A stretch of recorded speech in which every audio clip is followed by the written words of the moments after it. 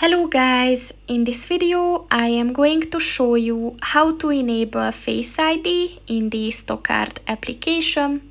But first I just want to mention, don't forget to subscribe to my channel, because at 100,000 subscribers I am going to show you my whole YouTube revenue statistics and growth strategy, as well as how to make money online.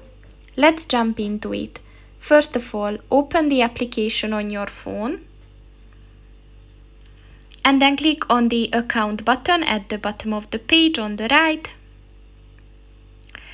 And then at the settings section, click on the advanced settings button. And then click on the lock with Face ID button. So for this, you have to type in a PIN. And then just click on the enable Face ID button. And that's pretty much it for this video, guys. See you in the next one.